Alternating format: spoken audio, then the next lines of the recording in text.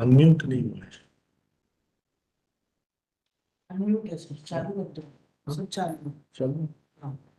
Okay, good afternoon. So, first of all, apologies. Extremely sorry because of the delay due to again the technical error which is continuing since last week. We could not take class at our designated place, so we have shifted, and with a temporary Wi-Fi connection, we are trying to take the class at someplace else. So please bear with us because of this problem. The IT team is trying their best to resolve the issue. Probably by next class, by tomorrow, means it will be resolved, hopefully, but I don't know. Anyways, we continue our class on research methodology, research and publication ethics. So what we were doing, I show it to you every day so that you still continue to remember what we have done earlier and what we are doing right now. So earlier, initially, the first 3 classes in module A, we did research methodology, objectives and types of research introduction. And then we have done in details research formulation and design classes, where we have learned about problem selection, literature review, working hypothesis development, research design. Okay, and then we are continuing our class on data collection or experimentation and proper approach. So let us continue the classes. So what are the experimental designs we were discussing last year? Okay, so we discussed the headings and to certain extent some details. So we continue that. So important experimental designs, what are those? They are broadly classified under 2 types. First is the informal experimental design and second is the formal experimental design. So among informal experimental design, we have 2 types: before and after without control design, after only with control design, before and after with control design. Okay. Complete and informal experimental design, we have completely randomized design or CR design, randomized block design or RB design, Latin square design or LS design, and factorial designs. So we will go through this one by one. So the first one is before and after without control design. So this is before and after without control design. So this diagram explains what it actually is. I'm just reading through. In such a design, a single test group, only one test group, okay, is selected, okay, and the dependent variable is measured, and the dependent variable, say x of the phenomena, the value is x, is measured before introduction of the treatment, okay, and after introduction of the treatment is then introduced, and dependent variable is measured again after the treatment has been introduced. So after introduction of the treatment, the test area is measured for the same dependent variable and say its value is y. Then the treatment effect is y minus x. The effect of treatment would be equal to the level of phenomena after the treatment minus the level of phenomena before the treatment. Okay. So this is what before and after without control design means. This is the single test area without control experiments. You are measuring the phenomena before the treatment and after the treatment, and the treatment effect you are measuring by subtracting the 2 variables. Okay. The main difficulty of such design is that with the passage of time, considerable extraneous variations may be there in treatment effect. Okay. So in such experimental design, that is before and after without control design, with time, the effect of extraneous variables is high. So you cannot have a very good control experiment where the effect, you can minimize the effect of extraneous variable. Here the effect of extraneous variable is very high in such kind of experimental brain. So in informal, before and after without control design is susceptible to time dependent extraneous variable effect. Okay. And it's, as from the name suggests, before and after means before the introduction of the treatment and after the introduction of treatment, the measurement of the dependent variable is made and the treatment effect is measured by subtracting the dependent variable after the treatment from the one before the treatment on a single test area. Okay. So we move on to after only with control design. So this is a simple experiment designed also. In this design, this also comes as an informal one. In this design, two groups are test areas, test area and control area. So right now we introduce two areas, test area and control area, and the treatment is introduced. Okay. Two areas are selected and the treatment is introduced in the test area only. And the treatment is introduced into the test area only. Okay.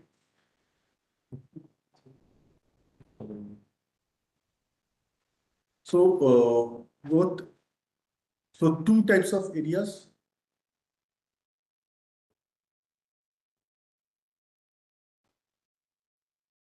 Okay, so we move on.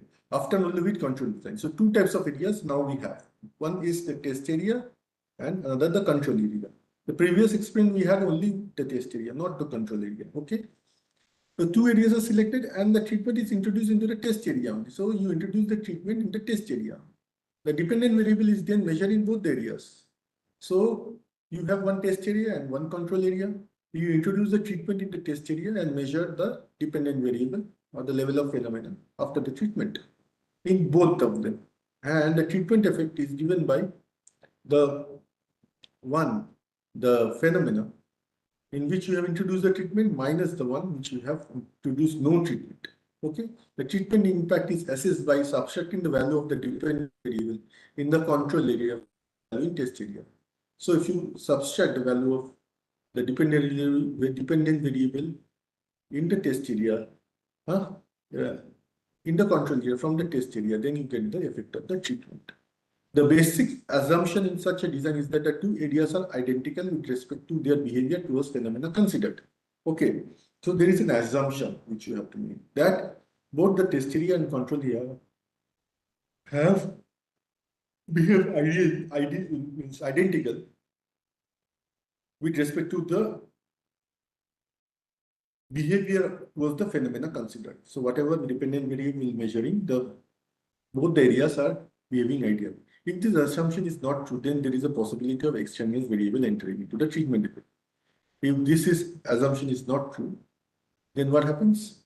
The extraneous variable can affect one of the area, either the test area or control area in a different way. Then the treatment effect will not be able to measure correctly. So this is the major disadvantage of this type of treatment or this type of experimental design. But one advantage from the previous one is that what? However, data can be collected in such a design with the introduction. Data can be collected in such a design without the introduction of problems with the passage of time. So previously we had that with the passage of time, the external variable is affected. Here with the passage of time, the external variable effect is minimized due to the two areas considered after the treatment. Okay. In this respect, the design is superior to before. So in this respect, this design is superior to before and after without control design. Okay. So next, the last one among the informal ones, among the informal experimental design, we have done before and after without control design, after only with control design. Now we do before and after with control design. So now this was a control design, which was done only after the treatment effect. Now this is the same. You do the measurement before the introduction of the treatment and also after the introduction of the treatment. So this is how the experimental designs are more and more made rigorous to minimize what? To minimize the effect of extraneous variable. Okay. So these are the three types of major informal experimental design.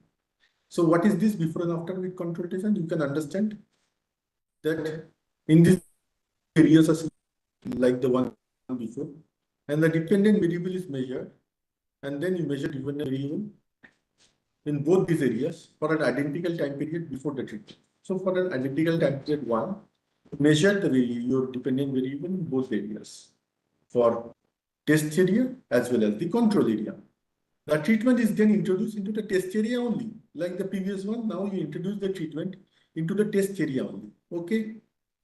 And the dependent variable is measured in both for the identical time period after the introduction of the treatment. So you have two areas now, test area and control area. In both of them, you measure the phenomena and the dependent variable for an identical time period 1 in both of them. Then you introduce the treatment in only the test area. And after introduction of the treatment, for a time period 2, you measure the level of the phenomena or the dependent variable in both of them. Okay. So the treatment effect is given by y minus x minus z minus a. Okay. The treatment effect is determined by subtracting the changing dependent variable. This is the changing dependent variable in what? Y minus x is changing dependent variable in the test area, and z minus a is the changing variable in the control area.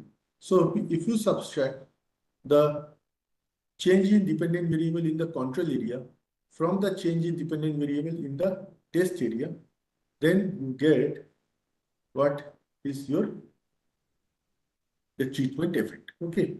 This design is superior to the above two. So this is superior to both of them.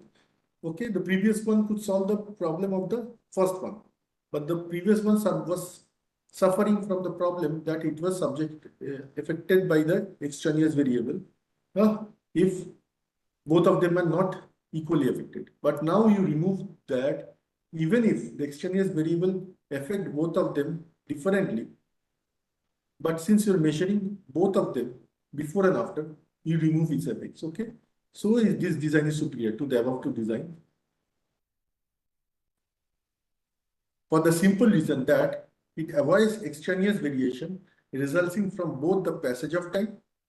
So you remove the extraneous variable effect through the passage of time during the introduction of the treatment with only one area.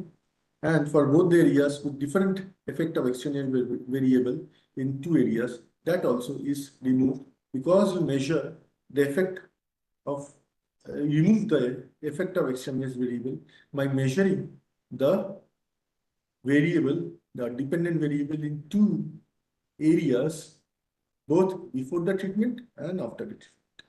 So it avoids extraneous variation resulting from both the passage of time and from non-comparability of the test and control areas. So even if you cannot control the effect of extraneous variable in the test and control area, you can remove the effect of the extraneous variable because you are measuring the phenomena in both the areas before and after the treatment. Okay. Now we come into formal experimental design. So this was informal. Now we come into formal. So in formal, we have completely randomized designs.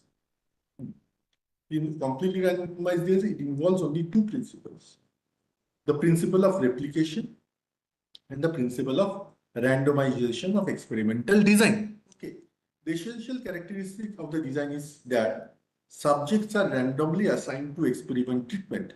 So in randomized design, what is the subjects are randomly assigned to experimental treatment. So that we will explain with the help of a case, that if you have 10 subjects, so there are 10 subjects, and if you wish to test 5, and wish to test 5 subjects under treatment A and 5 subjects under treatment B. The randomized process gives every possible group of 5 subjects selected from a set of 10 an equal opportunity of being assigned to treatment A and treatment B. Okay. So 10 subjects we have, we will divide into 5, but you can take the 5 subjects for treatment A from any order. Either it can be 1, 2, 3, 4, 5, or 1, 6, 8, 9, 10, or 1, 3, 5, 7, 9, anything. So you give, by the process of randomization, an equal opportunity to all the 10 to be selected under any 1-5 treatment. Okay. So either anyone can, by the process of randomization, you can test 5 under treatment A and 5 under treatment B by selection any 5 from the group of 10. One-way analysis of variance or one-way ANOVA is used to analyze such a design. Even unequal replications can also work in this design. It provides maximum number of degrees of freedom to the error. Such a design is generally used when experimental area happen to be homogeneous. So if your experimental area is homogeneous, such a design will give you good results with minimum effect from extraneous variables. So these randomized designs are again two types. First is the two-group simple randomized design. in a two-group simple randomized design. First of all, what is this two-group simple randomized design? In this design, first of all, the population. The population means if we consider the case, then you have 10 subjects. So 10 subjects is the population. And from that, you have to prepare sample of 5 and assigned to 2 experimental groups. Okay. For the requirement, first of all, the population is defined, and then from the population, a sample is selected randomly. So you select the experimental group randomly from the sample. Further requirement of this design is that items, after being selected randomly from the population, be randomly assigned to experimental and control groups. Such random assignment of items to two groups is technically described as principle of randomization. Thus, this design needs two groups as representative of the population: experimental group and control group, treatment A and treatment B. Okay, and you measure the effect of the dependent variable. Random replication designs. So this is somewhat different. The limitation of the two-group randomized design is usually eliminated within the random replication design. In a random replication design, each repetition, so in the random replication design, each repetition is technically called replication. So in random replication design, what is mean by replication? That is random replication design, each repetition. So whatever you are repeating is technically you are calling it replicate. So each repeating, we are calling it replicating. So the term replication design comes because we are randomly repeating the experience. So random replication designs have two purposes. So random replication design, it says, serves two purposes. It provides controls for the differential effects of the extraneous independent variables. So it provides controls for the differential effect of extraneous independent variable. So the effect of experimental variable, the extraneous variable, which is different for various groups. So it provides a control for that. And secondly, it randomizes any individual differences among those conducting the experiments. So the individual differences among those conducting in the experiments, that also will be removed in random replication design. Okay. So this is the example of random replication design. So population available for study, random selection. So population available for conducting experiments. Here also random selection. Sample to be studied, sample to be conduct treatments. So two types. Okay. Random assignment. Here also do random assignment. E is experimental group and C is control group. Okay. And then treatment and intervene to each of them. Okay. So this is how the random replication design works. Now we go on to randomized block design. So randomized block design, as we are moving from formal design from the initial informal design to formal design, and each part of informal design to each part of formal design, we are trying to minimize the effect of external variables on the experimental design, and you become more rigorous and more precision and accuracy are increasing and minimizing the effect of extraneous variables. So randomized block design, as you can understand, is more superior from the completely randomized design. So what way? It is an improvement above the CR design. Okay. So it is an improvement again from the previous design. In the RB design or the randomized block design, the principle of local control. If you remember, we studied the principle of local control. So principle of local control can be applied along with the other two principles of experimental design. In the RB design, subjects are first divided into groups known as blocks, such that within each group, the subjects are relatively. So what is the first part in randomized block design? The subjects are first divided into two groups, and each groups are known as blocks, such that within each group, the subjects are relatively homogeneous in respect to some selected variable. So whatever variable you are selecting, whatever groups or blocks you are making, it is expected that the subjects are relatively homogeneous in those. The variable selected for grouping the subject is 1. The variable selected for grouping the subjects is 1. that is believed to be related to the measure to be obtained in respect to the dependent variable. The number of subjects in a given block would be equal to the number of treatments, and one subject in each block would be randomly assigned to each treatment. In general, blocks are the levels at which we hold extraneous factor fixed, so that its contribution to the total variability of data can be measured. The main feature of randomized block design is that in this, each treatment appears the same number of times in each block. The RB design is analyzed by the two-way analysis of variance or two-way ANOVA technique. So this is an illustration. Unless and you do, let's say this is very abstract, we won't be able to understand what it is unless we do a illustration or do a case study. So if we understand this, we will be able to understand the randomized block design, what we mean by randomized block design. Okay. So let us illustrate the randomized block design with the help of an example. Suppose 4 different forms of standardized tests in statistics were given to each of 5 students, selected one from each of the 5 IQ blocks. So there are 5 IQ blocks, and the following are the scores which they obtained. There are 5 IQ blocks and 4 different forms of standardized tips, form 1, 2, 3, and 4. 4 forms of standardized tests in statistics were given to each of one student in each of these 5 IQ blocks. Okay. If each student separate, now just I will go slowly. This one I think you have understood that there are 5 different IQ blocks and you select one student from each of them, and you subject to them 4 forms of standardized tests in statistics. 1, 2, 3, and 4. 4 forms. And each student gets some marks in each blocks. Okay. If each student separately randomize the order, in which he or she took the 4 tests, if you randomize the order, instead of going to 1, 2, 3, 4, if you randomize the order 2, 4, 1, 3, or 3, 2, 1, 5, 3, 2, 1, 4, or any order you randomize by using random numbers or a similar device, we refer to the design of this experiment as RB design.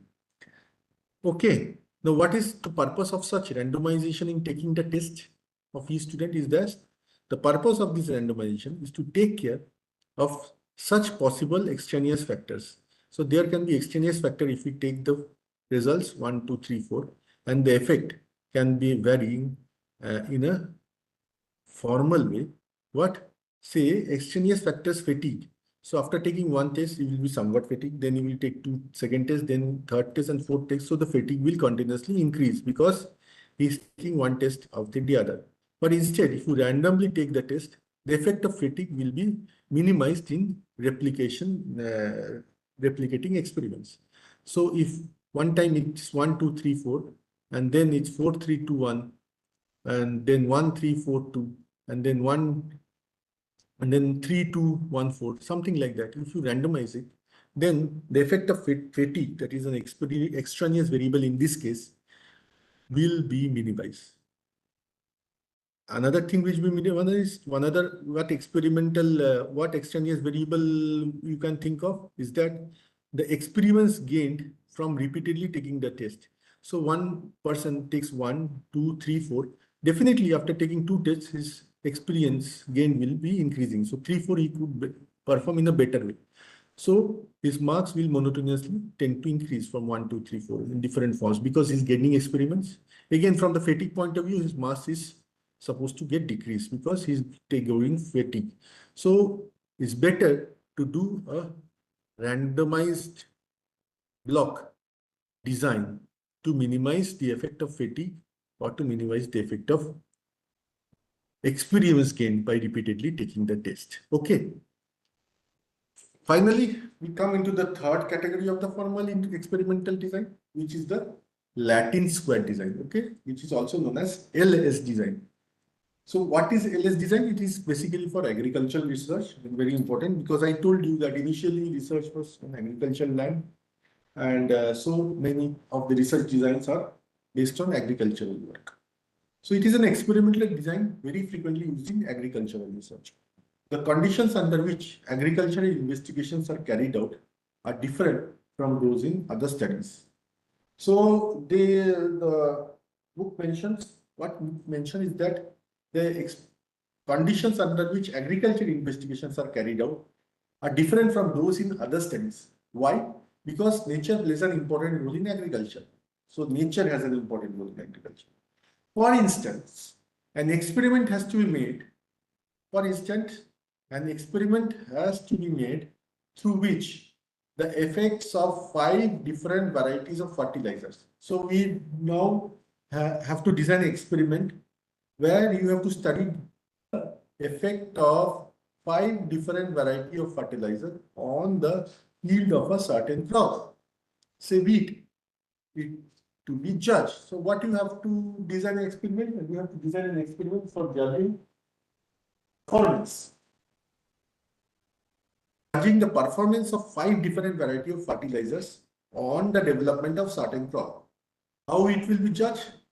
By, in such a case, the varying fertility of the soil in different blocks in which the experiment has to perform. So you do a block design.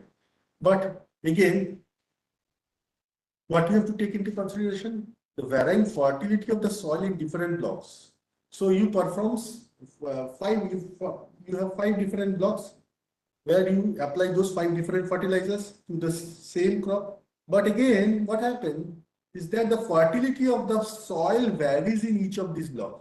Then the effect of extraneous variable of fertility of soil modifies your judgment or modifies your observation. So it's an extraneous variable which has a direct implication on your dependent variable, that is what you are measuring, the phenomena of the performance of your fertilizer.